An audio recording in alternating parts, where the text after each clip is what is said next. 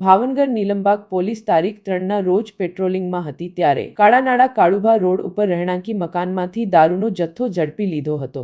Kalanala Kalubha road ઉપર વાઘવાડા ડેલામાં રહેતા રાજુ ખેટાભાઈ સોલંકીએ પોતાના રહેણાંકી મકાનમાંથી મકાનની બાજુમાં જૂના બંધ મકાનમાં દારૂની બોટલ 768 જેની કિંમત 3,27,600ની રાખી હોય જે પોલીસે ઝડપી લીધી હતી। જો કે ત્યારબાદ ફરાર રાજુભાઈ ખેટાભાઈ સોલંકીને ઝડપી આગળની કાર્યવાહી હાથ ધરી છે।